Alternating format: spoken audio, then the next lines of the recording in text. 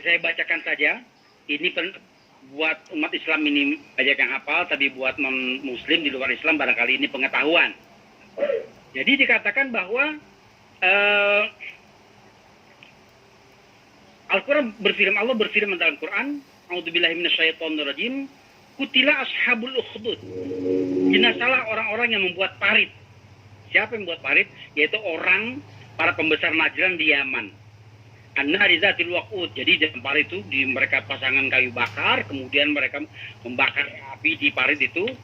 Kemudian ada sekitar 20.000 pengikut Pemion, yaitu murid Yesus, itu dibakar oleh Dunwas al-Himyari dari Najran. Jadi rakyatnya itu beragama Nasrani, beragama Kristen, tapi rajanya beragama Yahudi.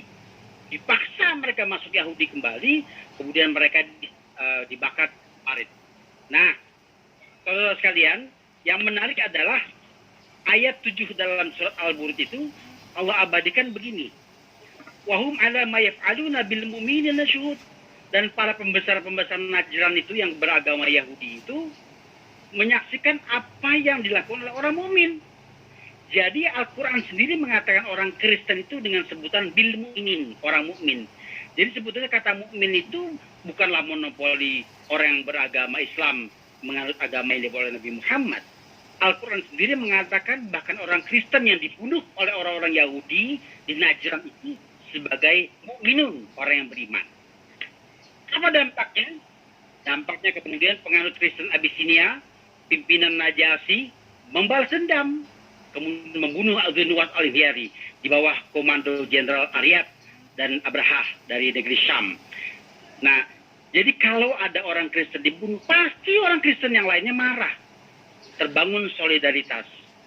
Dan mereka bersatu padu membuat satu kekuatan, lalu menggempur orang yang menyakiti. Siapa menyakiti? Siapapun yang menyakiti. Maka Bapak Ibu sekalian, kita bisa memaklumi kalau waktu di Poso misalnya terjadi pertempuran antara umat Islam Indonesia dengan umat Kristen Indonesia, itu karena memang agama dijadikan organisasi, kemudian dikompori oleh orang-orang tertentu. Berikutnya, saya cepat, contoh yang lain. Sekarang pertempuran dalam tubuh Kristen sendiri. Kita lihat bahwa misalnya Saint Bartholomew dari Protestan itu disembelih di depan umum oleh orang-orang Katolik atas nama Kristus pada abad 17.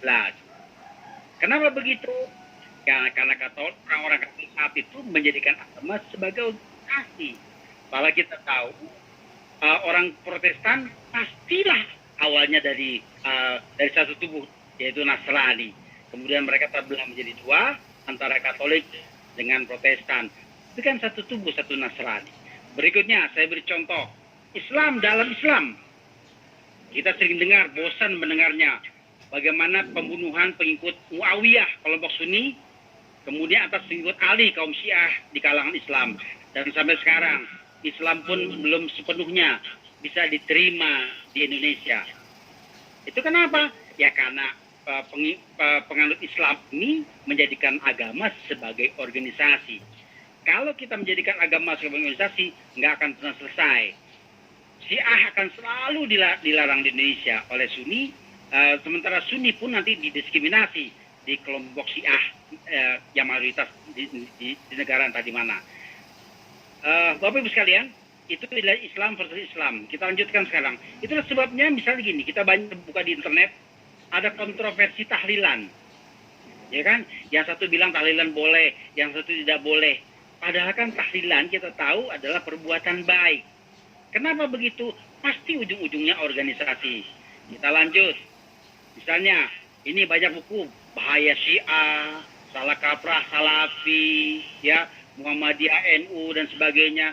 Itu lebih kepada karena menjadikan agama sebagai organisasi. Kita sering pernah nonton misalnya The Kingdom of Heaven, pertempuran antara pasukan Islam melawan pasukan Katolik di Palestina ratusan tahun silam. Itu karena apa? Karena mereka menjadikan agama sebagai organisasi. Ini juga kita lihat, misalnya umat Islam Jakarta tidak butuh Ahok yang pucutnya busuk misalnya. Kenapa begitu? Karena mereka menganggap Ahok adalah kafir. Ya kan? Padahal kalau kita baca kitab suci Al-Quran dengan baik-baik, ternyata Ahok itu masuk kategori ahlul kitab. Dia bukanlah kategori musyrik yang selama ini dituduhkan kepadanya, otomatis bukan kafir. Penjelasan ini sangat panjang, tapi saya tidak ingin membahas soal masuk ke dalam ranah yang lebih dalam dari itu, karena saya hanya ingin melihat dari perspektif sosiologi saja. Baik, Bapak Ibu sekalian, karena itu apa yang bisa kita kerjakan supaya kita ini tidak saling menjelekkan penganut agama lain, baik dalam tubuh agama kita masing-masing maupun kita sebagai penganut agama terhadap penganut agama yang lain. Saya mengajak semua peserta webinar siang ini untuk sama-sama mari menjadikan agama sebagai religiositas. Tolong sampaikan ini kepada kawan-kawan kita, saudara-saudara kita, terutama mereka yang sering menjadikan agama sebagai organisasi. Apa itu religiositas? Religi dan religiositas. Religi adalah kepercayaan kepada Tuhan. Kepercayaan akan adanya kekuatan adikodrati di atas manusia. Penganut Nasrani mengaku itu, penganut Muslim mengaku itu, penganut Hindu mengaku itu, penganut Buddha mengaku itu, semuanya.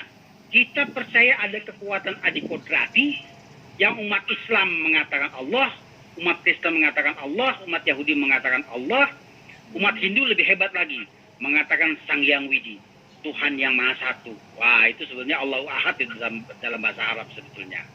Nah, sementara religius adalah pengabdian kepada agama, kesalehan, penghayatan. Jadi agama itu kita hayati. Seperti yang tadi disebutkan oleh Kiai Aziz Hidayatullah tadi. Itu sebetulnya kesalehan yang diangkat. Ya, soal agama adalah baju dari religiositas itu sendiri.